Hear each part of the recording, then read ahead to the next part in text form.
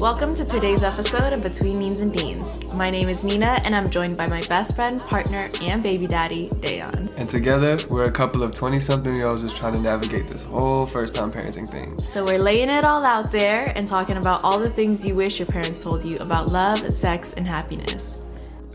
So since our pregnancy is coming to an end, we thought this episode would be really fun to kind of just look back at the last 9 months and kind of do a little comparison of like the first, second, third trimester. We're gonna use like weeks, and I know that's gonna be very weird for people that have never been pregnant before, because like, what is 27 weeks? Like, what does that even mean? Even I get confused. I feel like months is easier, but it is. But then it's like, as a pregnant person, like, you never talk about it in terms of months. Like when you go to your appointments and stuff, you're not like, oh, I'm like 6 months pregnant, unless you really look that up. So I'm 38 weeks pregnant now, which is 9 months essentially.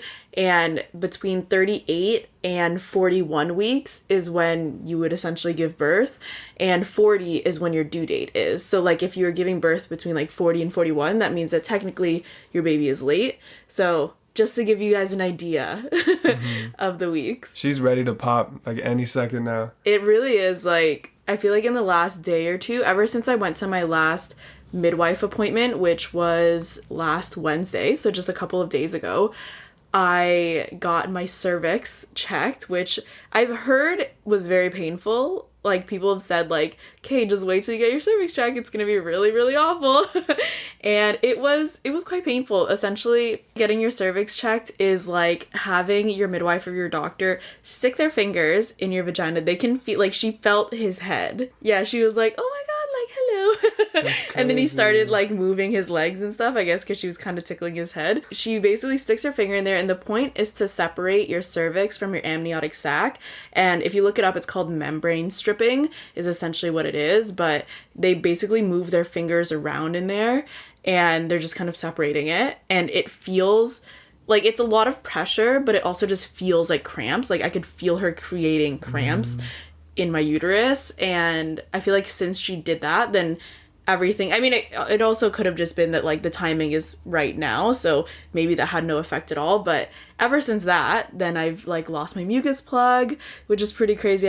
I lost it in a couple different fragments, so it wasn't like one big one. Lost it as in it came out. It came out, yeah. I didn't lose it. She didn't like drop it, had to look for it. But it's like your mucus supposed plug, to come out. Yeah, it's supposed to come out, and it's like what's blocking your cervix, I believe. And I had heard about it before, but I was like, oh, okay, like, what is that gonna be like? Will I know? You know, because like you read all these articles and things and you're like, will I actually know when this is happening? Same with contractions. It's like, okay, like everyone talks about it, but will I know when it's happening? And everyone's like, don't worry, you'll know. Yeah, when we asked our doula, she's like, you will 100% know. This is not like something small. Yeah. So with the mucus plug, I actually was just like wearing my pants, and then I felt like something kind of sticky in my pants that felt like stickier than discharge. And then when I checked, it was my mucus plug, or part of it. It was thick. Yeah. And then like over the course of like the next couple hours that day, then like more of it had passed, and then the next day a little more had passed, and I think it's fully out now. I'm not entirely sure, but today I had like bloody discharge, so that's another sign that labor is happening. So it's really just my body getting ready. Yeah. And I'm on the cusp of 38 and 39 weeks. So I mean, I'm perfectly on time, but if the baby does come in a couple days, he will technically be like, he'll have come early, but he's still full term. Yeah, he's not preterm. Yeah, he's not preterm. So there aren't any concerns about having to like keep him in the hospital and things like that. But let's go back to the beginning. It feels like so long ago. But it's passed by so quickly though. But it hasn't, because we've been in this apartment for as long as we've been pregnant. Or like we've known that I've been pregnant. So, I mean, the first trimester I do not miss at all, even a little bit. If you've listened to our earlier episode about how we decided to keep our unplanned pregnancy, then you know we talked a bit about what that first trimester was like, but a lot of it was filled with like the emotions of, are we going to keep this baby? And like, are we going to do this? And it was also so nauseating, like that period of time. Like, it was so hard for me to really do or focus on anything, because it's not like when you wake up and you just have morning sickness. Like, that is a lie. It's like full on, like full day sickness. And the worst would be when I would brush my teeth. Like, that was the most unexpected to me. Like, not just brushing your tongue, just literally brushing my teeth. Did you puke? I can't remember if you did. I didn't like puke a ton. Almost, right? Yeah, like I think I puked like maybe 2 or 3 times, like full on actually puked. But every single time that I did puke, it was usually when I was brushing my teeth. And like that was just so awful because like you're brushing your teeth in the morning, and obviously in the morning you don't have anything in your stomach, so what you're puking is actually bile, so it's like really yellow, like green acid essentially, and it like I couldn't control it because like every single time I brushed my teeth, like it was like the most intense like gag reflex. That's awful. It was awful, and I really didn't expect it at all. Like that's not something that anybody had ever talked about, I guess, and still now like I don't really hear people talking about like how hard it is to brush their teeth, but it was really hard. Another big thing with the first trimester is we were concerned about the baby's health and like if everything is developing correctly, and that's when we did like the first ultrasound, and that's the 12 weeks, the 12-week mark is when all you can start telling people different like screening tests and all those things, so which was pretty nerve-wracking. Yeah, I think like the first trimester really is just like a lot of nerves and a lot of uncertainty, and that's why people say that you shouldn't tell people that you're pregnant until around like 11, 12 weeks, because before that like it's a lot more likely that a miscarriage could happen, and especially with your first pregnancy, it's a lot more common. And so I think we told people around our 10th week, which was probably maybe not the best idea, but yeah, maybe a little bit too soon, but we were just so excited, and we had come out of like this whole phase of making the decision that I think I just like couldn't keep it in anymore. But yeah, usually people wait until 11, 12 weeks, and once we decided and once we got to 12 weeks, then it was like a lot of the nerves calmed down, but I still had to do so many blood tests, and I didn't realize, like, that's another thing that I didn't know anything about. Like, I thought that you would go to doctor's appointments and get like an ultrasound, which is exciting because you get to see your baby and hear the heartbeat, but what I didn't realize was how much blood would be taken and how many tests they would do, and like we also did like a genetic test. I passed out. I couldn't see it. There's honestly so much blood. Yeah, there was one time where they took 6 tubes, and the woman like couldn't do it correctly and like have really small veins, and like she just kept digging around in there. It was so awful, and I was like, I can't tell her how to do her job, but I was also just like, can someone else please do this? And then like she did actually get someone else to help her, and that woman did an amazing job, and she managed to get all the blood that she needed, but I was like, this is so painful. But yeah, so be prepared. If you're pregnant, then there are a lot of tests, and there's blood that needs to be drawn, so if you're queasy, I mean, just mentally prepare yourself. At that time when we took the ultrasound, he was literally like a gummy bear. He was so tiny. Yeah, the first one. It's so crazy to think that like from there, he's like a... Like he's kicking like my ribs, and he's like just a basketball. Yeah, but he was so tiny. Yeah, it's pretty crazy. Like it's just insane to think about like what your body goes through to like create this human being, and like what your body is capable of doing is insane. And you're not thinking about it. Like you're not asking your body to do it. It just does it. It knows how to do it, which is just, yeah, it's mind-blowing when you actually sit down and like think about it. You were quite moody as well. I was quite moody. Even like early on, before we even knew we were pregnant, that New York trip, you were quite moody, and I think in retrospect we know that it's from the pregnancy. Yeah, I think like because that's the thing, when like I first got pregnant and we didn't know, I think like that's when your body's really changing the most, because you know, like the sperm has met the egg, and now your body's like producing all these hormones, and I really was like, I was just really angry like very quickly. And during the first trimester, like I don't think we fought so much. I was just very irritated by things very quickly. And then as we moved into the second trimester, that's when a lot of things like got a lot better. That's when I started to get like my energy back. I was feeling like a normal human being. And by then also like we obviously knew that we were going to keep the baby. And so like a lot of that anxiety had also like quieted down. So I was just like starting to feel more like myself, and like I could actually do things again. And we weren't fighting. Like, I remember in the second trimester, like, we really didn't fight or disagree or anything at all. Like, everything was so great. And I was like, smooth sailing. Yeah, it was so weird. In the second trimester, that's when we started looking into, like, all the things on Amazon, what we want to get for the baby. That's when I started building the registry. And we got the crib. Yeah. Started looking at, like, Facebook Marketplace and stuff. We bought stuff so early on. Like, we got our crib from Facebook Marketplace, and it was $25, which was clutch. So, I mean, it's, like, kind of great that we were looking at that time.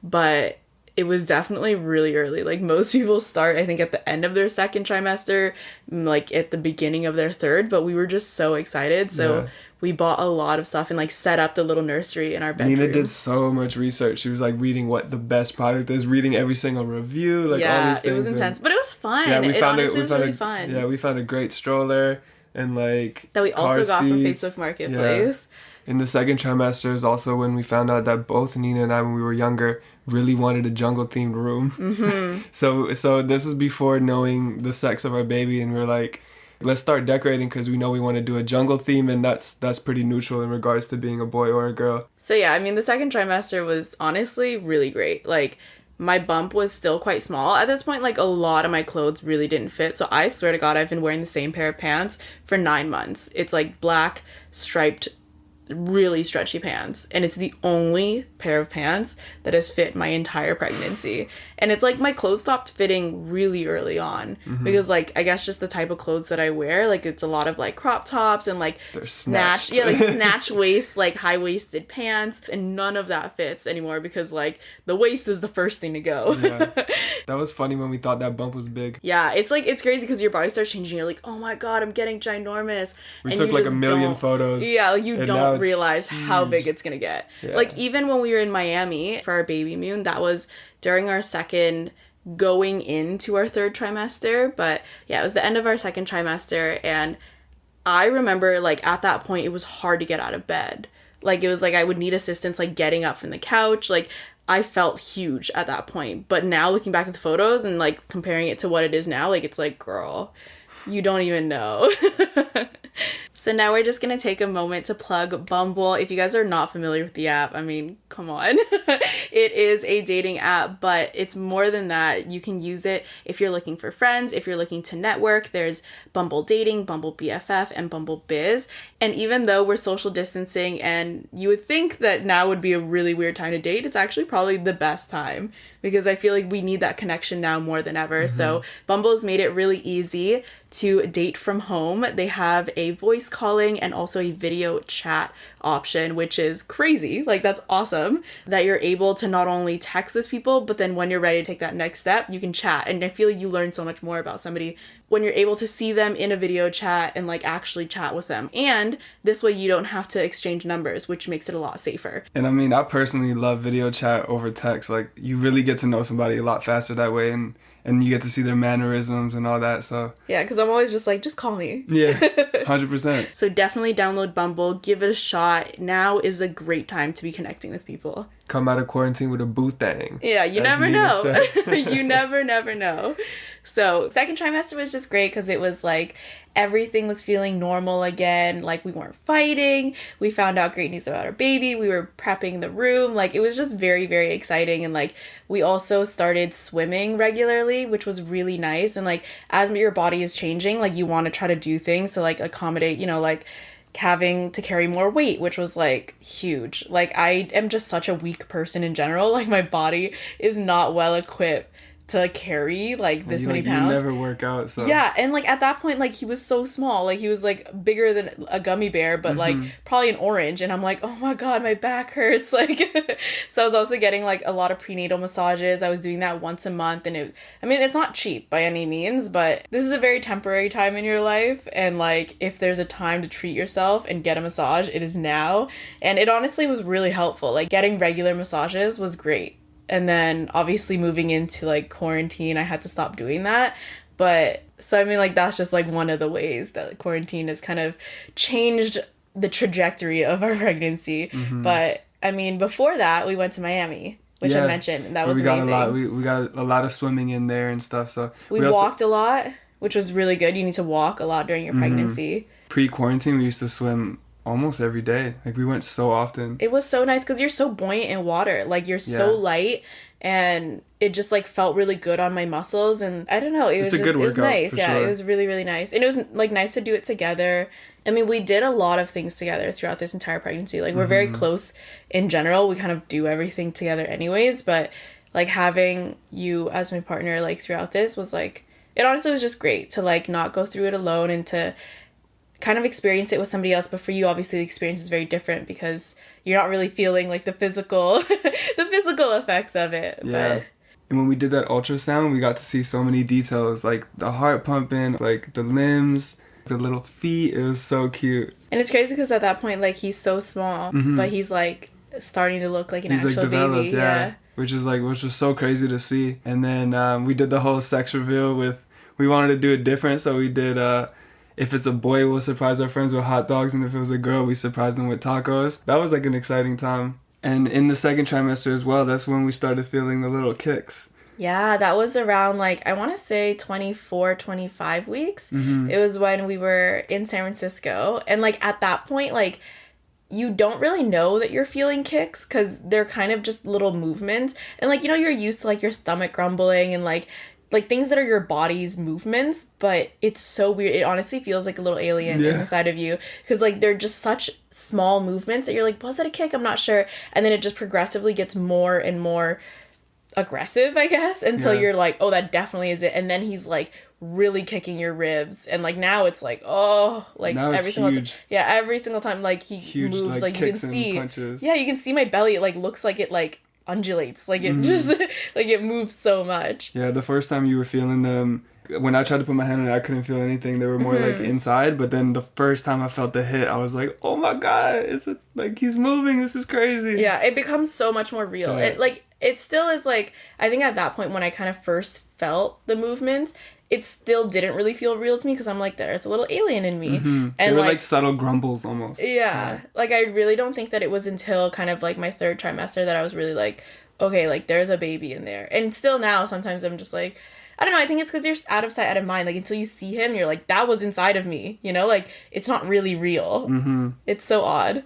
But it's crazy. He tends to kick your ribs a lot. But, like, it's crazy because, like, now you can kind of see, like, what it is. Like, you can see it's like a foot, it's like the hand, and like they're really distinct. You can feel the, like, where his back is, and like the booty and like all that stuff, which is so fun. And also, like, as we moved into the third trimester, like, Dayon was actually able to hear his heartbeat. When I put my ear to it. Yeah. I actually caught it on our phone. Yeah, we, like, turned on voice memo, and he, like, heard it, and then put the phone to it. And I honestly didn't think he would catch it, but we actually have his heartbeat on a voice memo, which is, like, so crazy. Should we insert tone? No.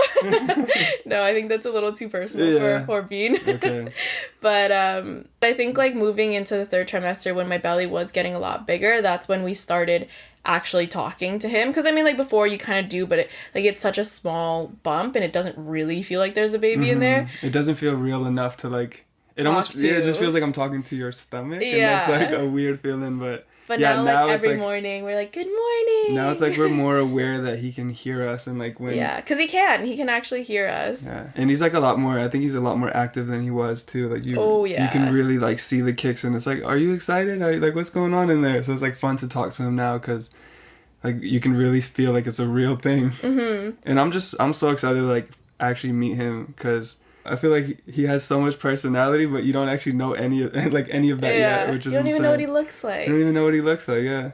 Yeah. Is he gonna look like me? Is he gonna look like you? It's gonna be pretty interesting. I feel like he's gonna look more like me, because I feel like boys tend to look more like their moms, just, like, in what I've seen. But, I mean, obviously there's no real science behind that. But who knows? Was that in a movie or the show where they said instinctually, like, kids will start looking like their father because they don't want the father to leave or something? Yeah, when they're first born, they say that they look more like the father so that the father stays. Like, that's just, like, evolutionarily, like, how babies have developed. And then they say, I mean, because also when they're born, like, they're so ugly. Like, they're just wrinkly and, like... Is that because the daddy's ugly? Yeah, but I feel like all babies look the same when they first come out, you know? Like, and then you, like, as, like, the months go on, that's when you actually start to see what they'll look like. But... So, like, when we got back from our baby moon in Miami, which was honestly great, like, I would highly recommend, I would say maybe go on your baby moon, like, a little bit earlier, like, right at the beginning of the second trimester and, like, the middle, because towards the end and getting into your third, like, I was just so large that I found it really hard to move, and, like, we were walking around so much, so, like, my feet were swelling, but, I mean, the walking was good, like, it was good for my health. But anyways, we were in Miami, and then we went to Toronto for a quick work trip, and then I ended up having to go back to Toronto for work again, like, the next week. And that was kind of when, like, social distancing really kicked off in Canada, so it was all very strange. Like, it happened really fast. Like, really I did. was traveling, and then all of a sudden it was like, don't travel.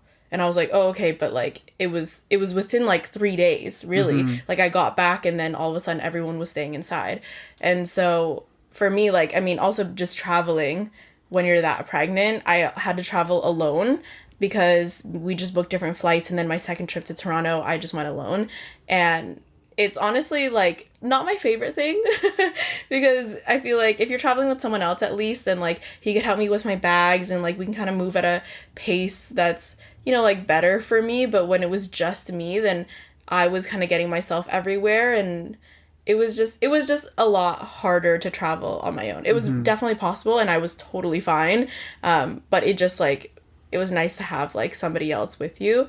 So if you are going to be traveling towards the end, I mean, everyone's very, very different, but I think I was just, like, my bump was so large. Like, when we were in Miami, there was a guy, that, like, on the street that was like, oh, you got twins? And I was like, what? We're like, no, it's just one. He's like, no, it's hiding right behind the other And I'm one. like, no, it's just one baby. So, I like, hope not. I mean, like, I've heard that my bump just looks bigger. Yeah, and it is possible. It is possible, apparently, to, like, have twins and not be able to detect the other one. But I don't think that's the case. I think I just carry, like, a lot of water weight, and I just have a lot of, like, water retention. Because even, like, when we were in San Francisco with my family in December, they were, like, everyone was like, oh my god, like, your belly's actually really large. And I was like, what? Really? And, I mean, that's just part of it. Like, I think, like, you always want to compare your bump just because it's a new experience. So, like, you don't know how big it should be. Like, are you falling behind? Are you too big? And so, like, I definitely would find myself, like, looking up photos of, like, other people's bumps and comparing it. But, like, at the end of the day, the midwife was like, your bump is totally fine. Like, you're, like, progressing as you should be. Everything is testing normal. So I was like, it's fine. Everyone's bump is so different. Yeah. Everyone's experience is so different. It's like, I feel like I saw a couple, like, Instagram models that, like, had their bumps, and it literally, their, like, 40-week, like, popping any day now bump was probably my 25-week bump. So it's just like, it's crazy. Like, everyone carries very differently, and it does depend on, like, your diet and exercise and stuff. And to be fair, like, I'm not, like, I normally am not, like, a super healthy or, like, you don't work out. Yeah, no, I don't work out. I mean, I think that after coming back from Miami, that was probably when I was, like, the slimmest of my pregnancy, just because we were walking so much. Swimming a lot. Yeah, but yeah, obviously because of social distancing, I've not been able to exercise as much. Like, we still go on walks every now and then, but I mean, you do want to kind of limit, like, how much you're going outside. So, like, my exercise has not been great, and it's hard to maintain a healthy diet when you have to eat, like, a certain amount of proteins and vegetables and fruit and, like, mostly, like, fresh foods, you know, but, like, that's kind of hard to bulk buy right now. So, like, it's been very interesting, like, being in quarantine.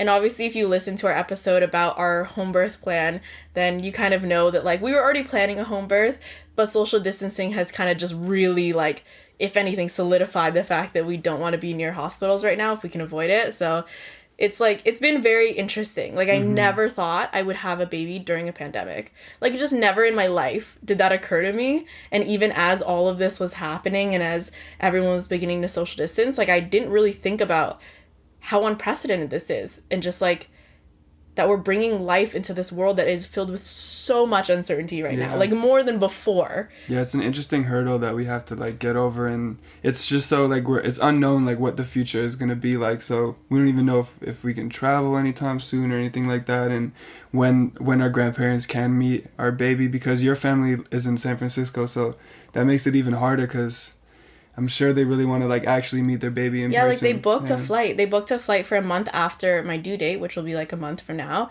And they were supposed to come and meet our baby and meet their first grandchild. And now, like, I highly doubt that that's going to be able to happen. So, like, when are they actually going to be able to meet him in person? Like, it's just, it's so weird. And I know that there's so many other things to, like, worry about. And there's so much happening in the world. But it's just, like, it's very unknown. I think that's the scariest part. Yeah, but it's like, okay, we were going to be inside anyways, you know, for, like, the first couple of months of the pregnancy. Like, we can still take our baby out on walks and things like that, but obviously we can't have, like, our friends together and, like, have him meet a bunch of people. So, like, it's not going to be incredibly different in the first couple of months, but I think, like, it does just kind of concern us, like, okay, like, when is this going to be over? Like, when is it going to go back to normal? How is this going to shape, like, his childhood? You know, because, like, people, businesses, society is going to be changed by this. And then on the other hand, it is also kind of, like, blessed, because it's not just that we're, like, trapped at home. Like, we actually have this really exciting thing that's happening that has kind of taken our mind off the fact that we are in quarantine, that there is a pandemic, because there's this really beautiful thing that's happening in our personal life where we're like bringing a baby into this world. So it's like two sides to it, and I feel like it's just a jumble of emotions.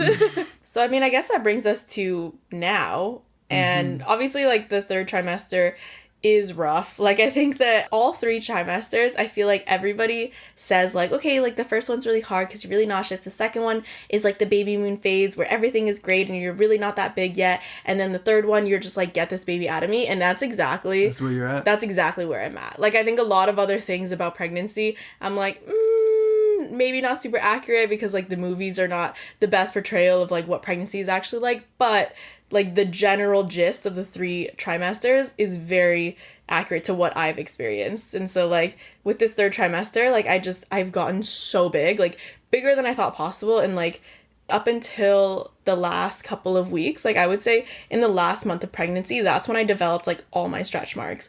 Like before that, I really didn't have that many. And then all of a sudden, like within like... They came so quickly. Yeah, it was like within like a week, really, that like all of them came. And it's like I have like a bunch like on my inner thigh, and they're like really purple because they're new, obviously. And it kind of goes down like almost to my knees, which is like pretty crazy because I had stretch marks before, but just like kind of in like my upper thigh area. And now it's like down almost to my knees. And then I have some on my hips and like some all on the around belly. The belly button. Around the belly button, like mostly like underneath the belly button. Like it's not stretched too far like up on top of the whole belly. But yeah, it's just like I thought that I would be like one of the lucky ones that like doesn't get stretch marks. That's so crazy. I legit thought that too, because we were pretty frequently rubbing coconut oil and vitamin E to like make sure that there's no stretch marks, and like just to kind of aid in that. And I remember, honestly, didn't feel too long ago where it was like so clear, and I'm like, oh no, I honestly don't think you're gonna get any. Maybe I have stretch marks, but you can't see it because I'm like stretched. And then they came and I was like, oh no, you can see it. So like the first ones were on your thighs, and then like when I was looking at your stomach, I was like, oh, it looks like it's gonna be fine. Like maybe there's like a few. And then all of a sudden, just like it all honestly felt like in the period of like a few days. Yeah, like it makes sense because like he's growing so rapidly at this point. Like before it's very gradual, and then now it's like he's like doubling in weight, and like it's just like so much growth is happening. Yeah, so it's like, I mean, it's great obviously that he's like growing, and like to like they've measured my belly and it's like perfectly on track. Like it's not like it's bigger or like they're scared that the baby's bigger than he should be. So like that's all good and fine, but. Yeah, I really just didn't think that I would get stretch marks. But to be fair, like, a lot of it is genetic. Like, most of it is genetic. And I've seen my mom's body, like, growing up. And she had 2 kids. And, like, she has a lot of stretch marks. And so I just kind of knew. Like, I always knew in the back of my head that would be me. And so this is where I'm at. So who knows what it will be like if I have another child. It'll probably be even stretchier. But I feel like because like my skin is so tight, like like you know how some people's skin is really stretchy, like your skin's really stretchy. Like, if I got pregnant, I don't know if I would I'd maybe get a few stretch marks. Yeah, like you can pull your skin and like your skin actually kind of like comes up, but like mine is so taut and so tight that like I think just once it reached its like breaking point, it was like, oh no. Because they're like little tears basically, right? Yeah, it's basically little tears. So, I mean, it's whatever. Like, I still think you're beautiful. Thanks, B. And I mean, we'll do a whole episode. We're already planning on doing it all about our insecurities. So I'll dive more into, you know, my relationship with stretch marks and how I got to this place where it doesn't affect me as much. Like, obviously, I'd prefer not to have them, but it really doesn't have as a profound effect on me as it did when I first got them, like when I was in middle school. So we'll get into that. That'll be in the next couple episodes. But other than that, like every single thing about my body has changed. Like my nipples, that was probably the first big change, but like they went from like a nice little tan to like being super dark, which like I did not expect. Like I thought that they would get bigger, you know, because your boobs get bigger, but I wasn't expecting them to change in color. And they're literally the same shape as a pacifier. Yeah. I feel like the like bottles swelled. are modeled after your breast. Yeah, it's like they literally, like my nipples went from being like very small and kind of like tight to being like almost like they look swollen, like they're so puffy now, which is like so weird. And also there's been a few drops of colostrum now as well, so like the yellow milk that our baby's gonna need when it's essentially like the first it's like the first milk that they drink, because apparently their stomach is the size of a marble when they're born. That is incredibly tiny. And so like you are producing milk, but like it's a very, very thick, like, kind of yellow breast milk, essentially. And then as they breastfeed more, then it becomes, like, more of that, like, milk, like, light, thin consistency that we're used to. But a few weeks ago, I actually felt like my shirt was kind of wet where my nipples are. And I was like, what? And when I looked, like, I didn't see anything because obviously it's a very small amount. So it just got absorbed in my shirt. But then I, like, squished my nipple. And then just, like, it's also not, like, one hole, which we learned all of this during, like, a breastfeeding class that we went to. But, like, milk comes out of, like, a bunch of different little ducts in your nipple. So, like, when you actually squeeze it, like, you can see the colostrum, like, come out in, like, 4 different places, like 4 little bubbles. So, like, yeah, it's not just, like, one stream, kind of like, I guess, like, when you pee, like, it's just, like, one stream, but, like, this is, like, 4 different streams when you're actually breastfeeding. That's literally what I thought, like, I mean, up until we took that class. Well, because, like, how would you know? Yeah, like, you how just would you know any imagine of that those it's things? coming out of one hole in the middle of the nipple, but now it comes out through, like, multiple ducts, which is a fun fact. So that's been fun. I mean, it's good to know that, like, my body's producing milk. Like, I mean, whether or not I'll actually be able to breastfeed and, like, you know, produce enough milk to breastfeed and not do formula and all those things, like, you don't know that until you're gonna breastfeed. But it's a good sign, though. It's a good sign. It's a good sign that some is coming out now. Yeah, it's honestly been really nice. It's kind of like the feeling of, like, checking something off a to-do list, knowing that, like, okay, this, like, usually happens around this time in pregnancy, and then my body does it, and I'm like, oh my god, they're right, like, it's actually doing this. So, like, even with, like, off the list, like, it's like, even with my mucus plug and, like, the blood discharge, like, it sounds like it's a scary thing that happens, but I'm just kind of like, oh my god, yay, like, my body's progressing, my body's prepping for birth, and so it's just, like, another thing to check off. So, yeah, I mean, it's been, I think, like, the 3rd trimester is really hard, like, on your body because, like, you're carrying so much weight. Like, at this point, he's now about, like, 7 pounds. Like, he's, like, ready for birth, so he's, like, birthing weight. And so he's, like, really heavy. Like, my back hurts like crazy. Like, more than it hurt in the 2nd trimester. And I thought it was bad in the 2nd trimester. And I feel like it's really hard on your body. But at the same time, it's, like, again, kind of, like, exciting things are happening because your body is prepping for birth. So, yeah, it's just a really exciting time. And we also, during this time, have bought, like, everything now that we need for a birth. So, like, we had our registry, obviously, and we got a bunch of gifts, which was amazing.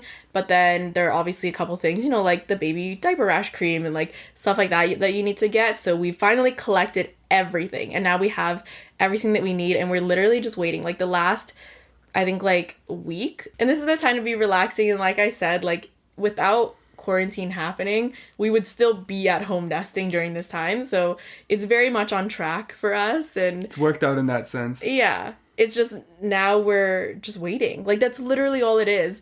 And, like, I really do feel like I'm just like, you can come out now, like, anytime, because she tells me that a few times a day now. Yeah, it's like I'm waiting because he's fully ready and he's not moving. I'm saying, like, at least give it 3 more days because we want, like, we do want a Taurus. Yeah, just because it works better with, like, our zodiac signs. So we're like, let's not have an Aries, but she's like, I don't care, just get it out of me now. Yeah, well, because Dan's a Pisces and I'm a Virgo, and we found, based on our research, that if we had a Taurus, that would be the most, honestly, the most compatible sign with us. Like, not even, like, more compatible than an Aries. Like, it just would be a very compatible sign. And so, yeah, I mean, my mom's an Aries, so it's really not the worst thing in the world because, you know, we had our disagreements, but now we get along. Yeah. But a Taurus would be, like, super ideal. This is honestly such an exciting time. This is the most excited I've ever been in my life for anything. I'm about to be a daddy, which is so crazy. Yeah. We're going to be parents. Like, that's just, like, we're just so excited to meet this baby and just... We just keep saying we're excited, but, like, there's no other emotion. I don't know how else to describe it. It's, like, it's everything. I literally dream about it. I, like, always in my thoughts of, like, what kind of things I want to, like, teach our child and, like, talk to him about. And we play these, like, a bunch of these scenarios in our head, and we talk back and forth on, like, what if he does this or what if he does that? How would you deal with it? How would we react to it, or how would we deal with it? So, because it's not just, like, building a relationship with his baby. Like, it's a whole new role for us, and, like, it's important to kind of know, like, if we're on the same page, and, like, okay, we'll deal with that later. When that comes up, we'll discuss that later. Probably maybe when we have a little bit more experience on it, so we can talk better about it. But we definitely already have ideas of, like, how we want to go about parenting. And I mean, a lot of it does stem from also, like, the way that we were parented. So all of this will be really great content for the weeks to come. But that's honestly been our pregnancy so far. I feel like there are probably other things that I've forgotten and left out, but it kind of just goes to show, like, even with like everything that's kind of hard about pregnancy or that's like very uncomfortable about it, like you really do just kind of remember not even just the good parts, but like all I really can say is just how crazy it is that my body is creating this human. Like, I feel like everything else, like, doesn't really matter. It's just the fact that, like, I made it this far. Like, it's been 9 months, and I honestly didn't think much about being pregnant, but I'm honestly so proud of myself and my body for just, like, doing its thing. And, like, thank you so much to everyone that's supported us, like, especially, like, through Instagram and YouTube and all of the kind words. Like, I know that this time is very weird for everyone, so to just be able to be thinking about us is like, it's honestly amazing, and we really, really appreciate the support. I know that everybody is very excited to meet the baby. Like, everyone keeps DMing me that, like, and I'm like, me too. And it's just such exciting times that, like, it kind of takes our mind off of all the things that are going on, even like within your pregnancy, like all the pain and all those things, and then also what's going on like outside. And it's just so exciting to like to bring this baby into this world. Excitement. I'm just gonna keep repeating the word excitement. There's just so much excitement. It's insane. Yeah. So, I mean, I am already anticipating that when the baby comes, like, I want to do, like, so it's been our first week of having the baby, and, like, kind of just checking in, like, what we expected and, like, the reality of, like, how tired we're going to be. So that will be an interesting podcast episode. I'm assuming the worst. We're going to have, like, zero sleep. And it's I'm probably not going to want to do the episode, but I will try and force myself to do it for you guys for that raw, authentic content.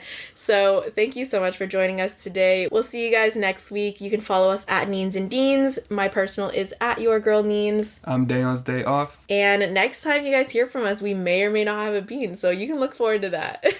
So stay safe out there and have a beautiful day. Bye. Bye.